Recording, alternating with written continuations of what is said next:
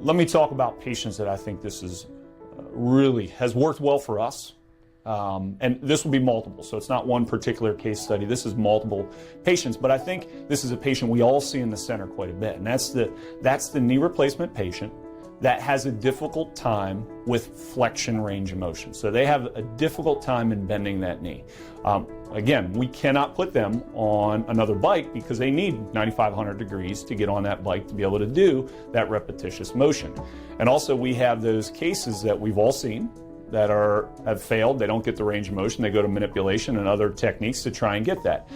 In some cases, it's true arthrofibrosis, which binds up the knee. And you know what? That's repetitive stretching. In some cases, we can't do anything about it because so much scar tissue lays down. But I will tell you that in a lot of cases, and a lot of my colleagues out there that are listening to this or looking at this know and can attest to that in a lot of cases it's the tonic state.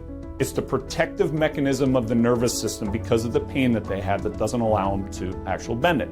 And those are the ones that we need to get repetitiously to do, but we have to be careful that we don't force in the pain. Otherwise, we feed the protective mechanism that's there in the first place. So the OrthoBike with these patients has allowed us to get them on there and start them at 55 degrees and progressively and systematically, and any program that's out there better be progressive and systematic to have success. I don't care if it's rehabilitation, training with clients, it has to be progressive and systematic. This allows us to do that, take them from 55 degrees, 60 degrees, 65, and so on, and the patient can monitor their progress. So the nice thing for the patients that we've had, number one, we can get them going on something like this where we didn't have the capabilities before. Number two, they can see the improvement as they start to go through.